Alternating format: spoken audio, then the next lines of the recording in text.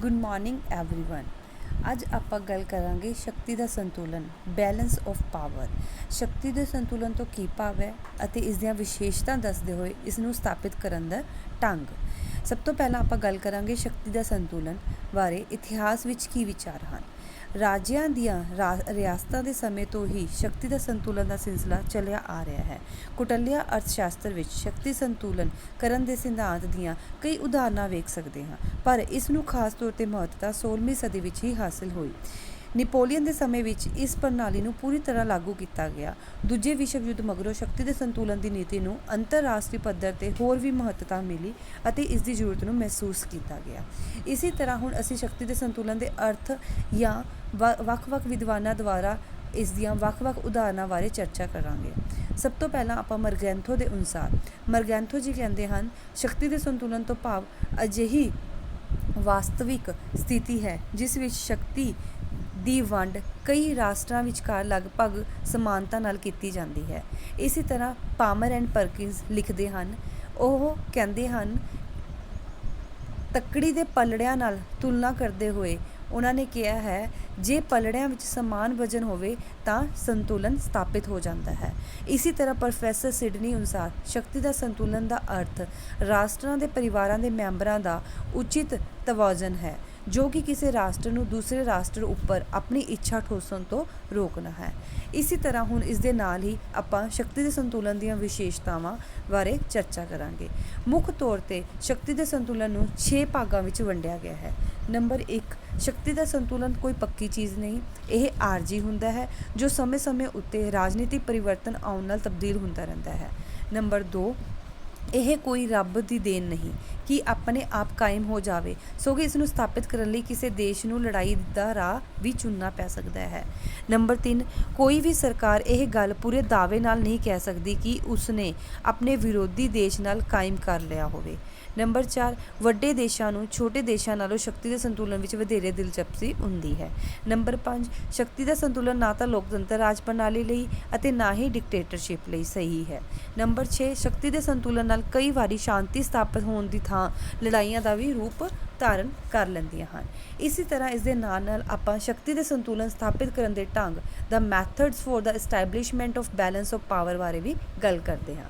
ਸ਼ਕਤੀ ਦੇ ਸੰਤੁਲਨ ਸਥਾਪਿਤ ਕਰਨ ਦਾ ਮੁੱਖ ਉਦੇਸ਼ ਸੰਸਾਰ ਵਿੱਚ ਸ਼ਾਂਤੀ ਸਥਾਪਿਤ ਕਰਨਾ ਅਤੇ ਸ਼ਕਤੀ ਦੀ ਗਲਤ ਵਰਤੋਂ ਨੂੰ ਰੋਕਣਾ ਹੁੰਦਾ ਹੈ, ਤਾਂ ਜੋ ਜੰਗਾਂ ਮੀਨਸ ਕਿ ਲੜਾਈਆਂ ਉੱਤੇ ਕਾਬੂ ਰੱਖਿਆ ਜਾ ਸਕੇ।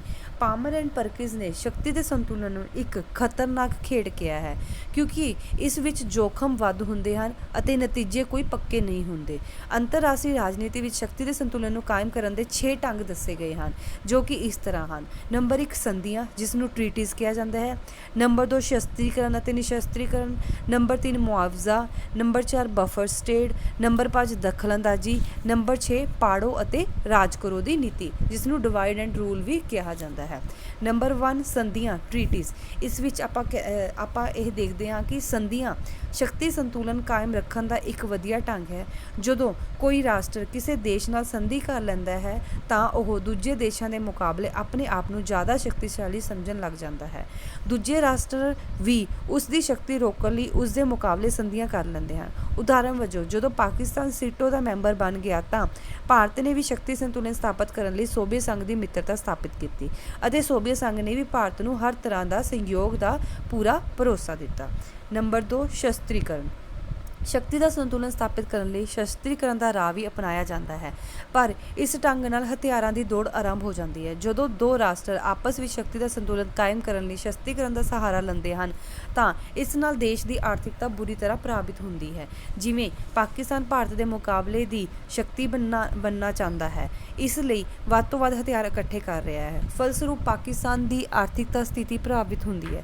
ਇਸ ਤੋਂ ਇਲਾਵਾ ਨਿਸ਼ਸਤਰੀਕਰਨ ਵੀ ਸ਼ਕਤੀ ਦੀ ਸੰਤੁਲਨ ਕਾਇਮ ਰੱਖਣ ਦਾ ਇੱਕ ਢੰਗ ਹੈ। ਦੋਵੇਂ ਮਹਾਂਸ਼ਕਤੀਆਂ ਨੇ ਸਟਾਰਟ ਸਮਝੌਤਾ ਤਾਂ ਹੀ ਕੀਤਾ ਸੀ ਤਾਂ ਜੋ ਹਥਿਆਰਾਂ ਵਿੱਚ ਕਮੀ ਕੀਤੀ ਜਾਵੇ ਅਤੇ ਸ਼ਕਤੀ ਦਾ ਸੰਤੁਲਨ ਬਣਾਇਆ ਰੱਖਿਆ ਜਾ ਸਕੇ। ਨੰਬਰ 3, ਮੁਆਵਜ਼ਾ। ਜਦੋਂ ਕੋਈ ਰਾਸ਼ਟਰ ਆਪਣੇ ਤੋਂ ਘੱਟ ਸ਼ਕਤੀ ਵਾਲੇ ਦੇਸ਼ ਉੱਤੇ ਕਬਜ਼ਾ ਕਰ ਲੈਂਦਾ ਹੈ ਤਾਂ ਉਸ ਦੇ ਵਿਰੁੱਧ ਦੇਸ਼ ਆਪਣੀ ਸ਼ਕਤੀ ਦਾ ਸੰਤੁਲਨ ਕਾਇਮ ਰੱਖਣ ਲਈ ਕਬਜ਼ੇ ਵਿੱਚ ਕੀਤੇ ਗਏ ਇਲਾਕੇ ਵਿੱਚੋਂ ਹਿੱਸਾ ਮੰਗਦਾ ਹੈ। ਕਈ ਵਾਰ ਤਾਂ ਇਹ ਵੀ ਵੇਖਿਆ ਗਿਆ ਹੈ ਕਿ ਸ਼ਕਤੀਸ਼ਾਲੀ ਦੇਸ਼ ਕਿਸੇ ਕਮਜ਼ੋਰ ਦੇ ਖੇਤਰ ਉੱਤੇ ਕਬਜ਼ਾ ਕਰਕੇ ਉਸ ਦਾ ਆਪਸ ਵਿੱਚ ਬਟਵਾਰਾ ਕਰ ਲੈਂਦੇ ਹਨ। ਉਦਾਹਰਨ ਵਜੋਂ ਰੂਸ, ਆਸਟ੍ਰੇਲੀਆ ਅਤੇ ਪ੍ਰਸ਼ੀਆ ਨੇ ਪੋਲੈਂਡ ਦਾ ਇਲਾਕਾ ਆਪਸ ਵਿੱਚ ਵੰਡ ਲਿਆ ਸੀ। ਮੁਆਵਜ਼ਾ ਆਰਥਿਕ ਸਥਿਤੀ ਨੂੰ ਦੇਖ ਕੇ ਕੀਤਾ ਜਾ ਸਕਦਾ ਹੈ। ਆਮ ਤੌਰ 'ਤੇ ਮੁਆਵਜ਼ਾ ਆਪਣੇ ਧੜੇ ਦੇ ਹੀ ਕਿਸੇ ਦੇਸ਼ ਨੂੰ ਦਿੱਤਾ ਜਾਂਦਾ ਹੈ। Number 4 buffer state. Buffer state ਦੋ ਵਿਰੋਧੀ ਰਾਸ਼ਟਰਾਂ ਵਿਚਕਾਰ ਜੋ ਇੱਕ ਨਿਰਪੱਖ ਦੇਸ਼ ਹੋਵੇ ਤਾਂ ਉਹ ਵੀ ਸ਼ਕਤੀ ਦਾ ਸੰਤੁਲਨ ਕਾਇਮ ਰੱਖਣ ਵਿੱਚ ਮਦਦ ਕਰ ਸਕਦਾ ਹੈ। ਮੱਧਵਰਤੀ ਰਾਜ ਦੋ ਸ਼ਕਤੀਸ਼ਾਲੀ ਰਾਸ਼ਟਰਾਂ ਵਿੱਚ ਲੜਾਈ ਦੀ ਸੰਭਾਵਨਾ ਨੂੰ ਘਟਾਉਂਦਾ ਹੈ। ਤਿੱਬਤ ਵੀ ਭਾਰਤ ਅਤੇ ਚੀਨ ਵਿਚਾਰ ਇੱਕ ਬਫਰ ਸਟੇਟ ਸੀ, ਪਰ ਚੀਨ ਨੇ 1950 ਵਿੱਚ ਤਿੱਬਤ ਉੱਤੇ ਆਪਣਾ ਅਧਿਕਾਰ ਕਰ ਲਿਆ। ਉਸ ਸਮੇਂ ਭਾਰਤ ਖਾਮੋਸ਼ ਰਿਹਾ। ਭਾਰਤ ਦੀ ਖਾਮੋਸ਼ੀ ਦੇ ਕਾਰਨ 1962 ਵਿੱਚ ਚੀਨ ਨੇ ਭਾਰਤ ਉੱਤੇ ਹਮਲਾ ਕਰ ਦਿੱਤਾ। ਪਰ ਜੇ ਤਿੱਬਤ ਭਾਰਤ ਤੇ ਚੀਨ ਵਿਚਕਾਰ ਬਫਰ ਰਾਜ ਵਜੋਂ ਕਾਇਮ ਰਹਿੰਦਾ ਤਾਂ ਇਹ ਹਮਲਾ ਹੋਣ ਦੀ ਸੰਭਾਵਨਾ ਨਾ ਹੁੰਦੀ। ਨੇਪਾਲ ਇਸ ਸਮੇਂ ਵੀ ਚੀਨ ਅਤੇ ਭਾਰਤ ਵਿਚਕਾਰ ਮੱਧਵਰਤੀ ਰਾਜ ਦੀ ਭੂਮਿਕਾ ਨਿਭਾਉਂਦਾ ਹੈ। ਇਸੇ ਤਰ੍ਹਾਂ ਦਖਲ-ਅੰਦਾਜ਼ੀ ਇੰਟਰਫੇਰੈਂਸ ਦੂਰ ਦੇਸ਼ਾਂ ਦਾ ਅੰਦਰੂਨੀ ਮਾਮਲਿਆਂ ਵਿੱਚ ਦਖਲ-ਅੰਦਾਜ਼ੀ ਕਰਕੇ ਵੀ ਸ਼ਕਤੀ ਦਾ ਸੰਤੁਲਨ ਬਣਾਇਆ ਅਤੇ ਵਿਗਾੜਿਆ ਜਾ ਸਕਦਾ ਹੈ। ਦੂਜੇ ਦੇਸ਼ਾਂ ਵਿੱਚ ਦਖਲ-ਅੰਦਾਜ਼ੀ ਮਨੋਵਿਗਿਆਨਿਕ, ਰਾਜਨੀਤਿਕ ਅਤੇ ਆਰਥਿਕ ਢੰਗਾਂ ਨਾਲ ਕੀਤੀ ਜਾ ਸਕਦੀ ਹੈ। ਕੋਈ ਵੀ ਦੇਸ਼ ਆਪਣੇ ਵਿਰੋਧੀ ਦੇਸ਼ ਦੇ ਲੋਕਾਂ ਨੂੰ ਪ੍ਰੋਪੇਗੈਂਡਾ ਦੀ ਸਹਾਇਤਾ ਨਾਲ ਹੌਸਲਾ ਅਫਜ਼ਾਈ ਕਰਕੇ ਆਰਥਿਕ ਅਤੇ ਰਾਜਨੀਤਿਕ ਮਦਦ ਦੇ ਕੇ ਬਗਾਵਤ ਲਈ ਉਤਸ਼ਾਹਿਤ ਕਰ ਸਕਦਾ ਹੈ। 1971 ਦੇ ਵਿੱਚ ਦੀ ਆਪਾਂ ਨੂੰ ਐਗਜ਼ਾਮਪਲ ਮਿਲਦੀ ਹੈ, ਜਿਵੇਂ 1971 ਵਿੱਚ ਭਾਰਤ ਨੇ ਆਪਣੀਆਂ ਸੈਨਾਵਾਂ ਪੂਰਬੀ ਪਾਕਿਸਤਾਨ ਵਿੱਚ ਭੇਜੀਆਂ ਅਤੇ ਪੂਰਬੀ ਪਾਕਿਸਤਾਨ ਨੂੰ ਆਜ਼ਾਦ ਕਰਵਾਇਆ, ਜਿਸ ਦਾ ਨਾਮ ਅੱਜ ਦੇ ਸਮੇਂ ਵਿੱਚ ਬੰਗਲਾਦੇਸ਼ ਦੇ ਨਾਮ ਨਾਲ ਪ੍ਰਸਿੱਧ ਹੈ। ਇਸੇ ਕਾਰਨ ਪਾਕਿਸਤਾਨ ਪੰਜਾਬ ਅਤੇ ਜੰਮੂ ਕਸ਼ਮੀਰ ਵਿੱਚ ਦਖਲ ਅੰਦਾਜ਼ੀ ਕਰਦਾ ਰਹਿੰਦਾ ਹੈ ਅਤੇ ਉੱਥੋਂ ਦੇ ਖਾੜਕੂ ਸੰਗਠਨਾਂ ਨੂੰ ਆਰਥਿਕ, ਸੈਨਿਕ ਅਤੇ ਰਾਜਨੀਤਿਕ ਸਹਾਇਤਾ ਦਿੰਦਾ ਹੈ। ਨੰਬਰ 6 ਪਾੜੋ ਅਤੇ ਰਾਜ ਕਰੋ ਡਿਵਾਈਡ ਐਂਡ ਰੂਲ। ਜਦੋਂ ਕੋਈ ਪੜਾਅ ਦੂਜੇ ਧੜੇ ਤੋਂ ਵੱਧ ਤਾਕਤਵਰ ਹੋ ਜਾਂਦਾ ਹੈ ਤਾਂ ਘੱਟ ਸ਼ਕਤੀ ਵਾਲਾ ਧੜਾ ਸ਼ਕਤੀ ਬਣਾਈ ਰੱਖਣ ਦੀਆਂ ਮਹਾਂਸ਼ਕਤੀਆਂ ਇਸ ਢੰਗ ਦੀ ਵਰਤੋਂ ਆਮ ਤੌਰ 'ਤੇ ਕਰਦੀਆਂ ਹਨ। ਪਾੜੋ ਅਤੇ ਰਾਜ ਕਰੋ ਦੀ ਨੀਤੀ ਕਾਰਨ ਹੀ ਚੀਨ ਦੇ ਅਮਰੀਕਾ ਨਾਲ ਚੰਗੇ ਸਬੰਧ ਕਾਇਮ ਹਨ। ਪਾੜੋ ਡਿਵਾਈਡ ਐਂਡ ਰੂਲ ਕਰਕੇ ਹੀ ਚੀਨ ਦੇ ਅਮਰੀਕਾ ਨਾਲ ਚੰਗੇ ਸਬੰਧ ਸਨ। ਭਾਰਤ ਵਿੱਚ ਅੰਗਰੇਜ਼ਾਂ ਨੇ ਵੀ ਇਸ ਨੀਤੀ ਦੀ ਵਰਤੋਂ ਕੀਤੀ ਸੀ। ਜਿਵੇਂ ਕਿ ਤੁਸੀਂ ਆਪਣੀ ਹਿਸਟਰੀ ਵਿੱਚ ਦੇਖ ਸਕਦੇ ਹੋ, ਜਦੋਂ ਅੰਗਰੇਜ਼ਾਂ ਦਾ ਉਰੇ ਭਾਰਤ ਉੱਤੇ ਰਾਜ ਸੀ, ਉਸ ਸਮੇਂ ਉਹ ਡਿਵਾਈਡ ਐਂਡ ਰੂਲ ਦੀ ਨੀਤੀ ਅਪਣਾਉਂਦੇ ਸਨ, ਜਿਵੇਂ ਕਿ ਪਾੜੋ ਅਤੇ ਰਾਜ ਦੀ ਨੀਤੀ ਅਪਣਾਉਂਦੇ ਸਨ। ਉਹਨਾਂ ਨੇ ਇਸ ਨੀਤੀ ਦੀ ਵਰਤੋਂ ਕਰਕੇ ਹਿੰਦੂਆਂ ਅਤੇ ਮੁਸਲਮਾਨਾਂ ਵਿੱਚ ਏਕਤਾ ਸਥਾਪਿਤ ਨਹੀਂ ਸੀ ਹੋਣ ਦਿੱਤੀ, ਜਿਸ ਕਰਕੇ ਦੰਗੇ ਫਸਾਦ ਹੁੰਦੇ ਸਨ ਅਤੇ ਜਿਸ ਕਰਕੇ ਆਪਾਂ ਨੂੰ ਭਾਰਤ ਅਤੇ ਪਾਕਿਸਤਾਨ ਦੋ ਭਾਗਾਂ ਵਿੱਚ ਮਿਲਿਆ ਹੈ। ਕਨਕਲੂਜ਼ਨ, ਹੁਣ ਆਪਾਂ ਇਸ ਵਿੱਚ ਸਿੱਟੇ ਦੀ ਗੱਲ ਕਰਦੇ ਹਾਂ। ਸਿੱਟੇ ਵਜੋਂ ਅਸੀਂ ਆਖ ਸਕਦੇ ਹਾਂ ਕਿ ਸ਼ਕਤੀ ਸੰਤੁਲਨ ਦਾ ਸਿਲਸਿਲਾ ਭਾਵੇਂ ਰਾਜਿਆਂ ਦੀਆਂ ਰਿਆਸਤਾਂ ਤੋਂ ਚੱਲਿਆ ਆ ਰਿਹਾ ਹੈ, ਭਾਵੇਂ ਇਤਿਹਾਸ ਵਿੱਚ ਅਸੀਂ ਦੇਖੀਏ ਇਹ ਸਿਲਸਿਲਾ ਬਹੁਤ ਹੀ ਪੁਰਾਣਾ ਹੈ, ਪਰ ਇਸ ਨੂੰ ਮਹੱਤਤਾ 16ਵੀਂ ਸਦੀ ਵਿੱਚ ਹੀ ਪ੍ਰਾਪਤ ਹੋਈ ਸੀ। ਸ਼ਕਤੀ ਦਾ ਸੰਤੁਲਨ ਵੱਖ-ਵੱਖ ਢੰਗਾਂ ਨਾਲ ਸਥਾਪਿਤ ਕੀਤਾ ਜਾ ਸਕਦਾ ਹੈ, ਜਿਵੇਂ ਕਿ ਤੁਹਾਨੂੰ ਦੱਸਿਆ ਗਿਆ ਹੈ, ਸੰਧੀਆਂ ਕਰਕੇ, ਸ਼ਸਤਰੀ ਅਤੇ ਨਿਸ਼ਸਤਰੀਕਰਨ ਦੇ ਨਾਲ, ਮੁਆਵਜ਼ਾ ਦੇ ਕੇ, ਬਫਰ ਸਟੇਟ ਦਾ ਰੂਪ ਧਾਰਨ ਕਰਕੇ, ਜਾਂ ਕਿਸੇ ਦੇਸ਼ ਦੁਆਰਾ ਦੂਜੇ ਦੇਸ਼ ਵਿੱਚ ਦਖਲਅੰਦਾਜ਼ੀ ਦੇ ਕੇ, ਜਿਵੇਂ ਕਿ ਦੋ ਛੋਟੀਆਂ ਰਾਜਾਂ ਵਿੱਚ ਵੱਡੇ ਰਾਜ ਦੀ ਦਖਲਅੰਦਾਜ਼ੀ ਕਰਕੇ ਉਹਨਾਂ ਦਾ ਸਮਝੌਤਾ ਕਰਵਾ ਕੇ, ਜਾਂ ਪਾੜੋ ਅਤੇ ਰਾਜ ਕਰਨ ਦੀ ਨੀਤੀ ਕਰਕੇ। ਕਈ ਵਾਰੀ ਇਹਨਾਂ ਨੀਤੀਆਂ ਦੁਆਰਾ ਜੰਗਾਂ ਵੀ ਹੋਣ ਦਾ ਕਾਰਨ ਬਣ ਜਾਂਦੀਆਂ ਹਨ, ਕਿਉਂਕਿ ਕਈ ਵਾਰੀ ਇਹ ਜੰਗਾਂ ਦਾ ਰੂਪ ਵੀ ਧਾਰਨ ਕਰ ਲੈਂਦੀਆਂ ਹਨ। ਪਰ ਫਿਰ ਵੀ ਕੋਈ ਪੂਰੇ ਯਕੀਨ ਨਾਲ ਇਹ ਨਹੀਂ ਕਹਿ ਸਕਦਾ ਕਿ ਦੋ ਪੜਾਵਾਂ ਵਿੱਚ ਸੰਤੁਲਨ ਕਾਇਮ ਹੋ ਗਿਆ ਹੈ, ਕਿਉਂਕਿ ਦੂਸਰੇ ਦੇਸ਼ 'ਤੇ ਯਕੀਨ ਨਹੀਂ ਸੀ ਕਰ ਪਾਉਂਦਾ।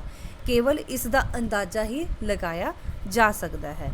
ਸ਼ਕਤੀ ਦੇ ਸੰਤੁਲਨ ਨੂੰ ਕਾਇਮ ਕਰਨ ਲਈ ਸੰਸਾਰ ਦੇ ਵੱਡੇ ਸ਼ਕਤੀਸ਼ਾਲੀ ਦੇਸ਼ ਹੀ ਵਧੇਰੇ ਦਿਲਚਸਪੀ ਲੈਂਦੇ ਹਨ। ਦੂਜੇ ਪਾਸੇ ਸ਼ਕਤੀ ਸੰਤੁਲਨ ਦੇ ਆਲੋਚਕਾਂ ਦਾ ਮੰਨਣਾ ਹੈ, ਕਿਉਂਕਿ ਕਈ ਵਿਗਿਆਨਿਕ ਜੋ ਕਿ ਇਸ ਚੀਜ਼ ਨੂੰ ਮੰਨਦੇ ਨਹੀਂ ਹਨ, ਉਹਨਾਂ ਦਾ ਕਹਿਣਾ ਹੈ ਕਿ ਇਹ ਇੱਕ ਅਧੂਰਾ ਸਿਧਾਂਤ ਹੈ। ਉਹਨਾਂ ਦਾ ਭਾਵ ਇਹ ਹੈ ਕਿ ਜੋ ਇਹ ਸ਼ਕਤੀ ਦਾ ਸੰਤੁਲਨ ਹੈ ਇੱਕ ਅਧੂਰਾ ਸਿਧਾਂਤ ਹੈ, ਜਿਸ ਵਿੱਚ ਆਪਾਂ ਸਿਰਫ ਇਹਨਾਂ ਦੀ ਪ੍ਰੋਡਕਸ਼ਨ ਮਤਲਬ ਉਸ ਬਾਰੇ ਸੋਚ ਸਕਦੇ ਹਾਂ ਕਿ ਇਹ ਉਹਨਾਂ ਕੋਲ ਆਪਣੇ ਬਰਾਬਰ ਦੀ ਸ਼ਕਤੀ ਹੈ ਜਾਂ ਵੱਧ ਹੈ ਜਾਂ ਘੱਟ ਹੈ, ਕਿਉਂਕਿ ਦੋ ਦੇਸ਼ਾਂ ਵਿੱਚ ਸ਼ਕਤੀ ਦਾ ਫੈਸਲਾ ਹੋ ਗਿਆ ਹੈ ਜਾਂ ਨਹੀਂ, ਇਸ ਦਾ ਫੈਸਲਾ ਕਰਨਾ ਬਹੁਤ ਹੀ ਮੁਸ਼ਕਿਲ ਸਾਬਿਤ ਹੁੰਦਾ ਹੈ। ਇਸ ਲਈ ਸ਼ਕਤੀ ਦੇ ਸੰਤੁਲਨ ਬਾਰੇ ਜਿਹੜੇ ਆਲੋਚਕ ਸਿਧਾਂਤਿਕ ਹਨ ਉਹਨਾਂ ਦਾ ਮੰਨਣਾ ਹੈ ਕਿ ਸ਼ਕਤੀ ਦਾ ਸੰਤੁਲਨ ਜੋ ਹੈ ਉਹ ਅਧੂਰਾ ਸਿਧਾਂਤ ਹੈ ਤੇ ਉਸ ਤੇ ਹੈ, ਕਿਉਂਕਿ ਦੋ ਦੇਸ਼ਾਂ ਵਿਚਕਾਰ ਸ਼ਕਤੀ ਦਾ ਫੈਸਲਾ ਕਰਨਾ ਬਹੁਤ ਹੀ ਮੁਸ਼ਕਿਲ ਹੈ। ਇਸ ਤਰ੍ਹਾਂ ਆਪਾਂ ਸ਼ਕਤੀ ਦੇ ਸੰਤੁਲਨ ਬਾਰੇ ਦੱਸ ਸਕਦੇ ਹਾਂ ਕਿ ਸ਼ਕਤੀ ਦਾ ਸੰਤੁਲਨ ਕੀ ਹੈ। ਇਸ ਲਈ ਤੁਸੀਂ ਇਸ ਪਾਠ ਦੇ ਵਿੱਚ ਸ਼ਕਤੀ ਦੇ ਸੰਤੁਲਨ ਬਾਰੇ, ਉਸ ਦੀਆਂ ਵਿਸ਼ੇਸ਼ਤਾਵਾਂ ਤੇ ਉਸ ਦੇ ਸਥਾਪਿਤ ਕਰਨ ਦੇ ਢੰਗ ਬਾਰੇ ਬਿਆਨ ਕਰ ਸਕਦੇ ਹੋ। Thank you.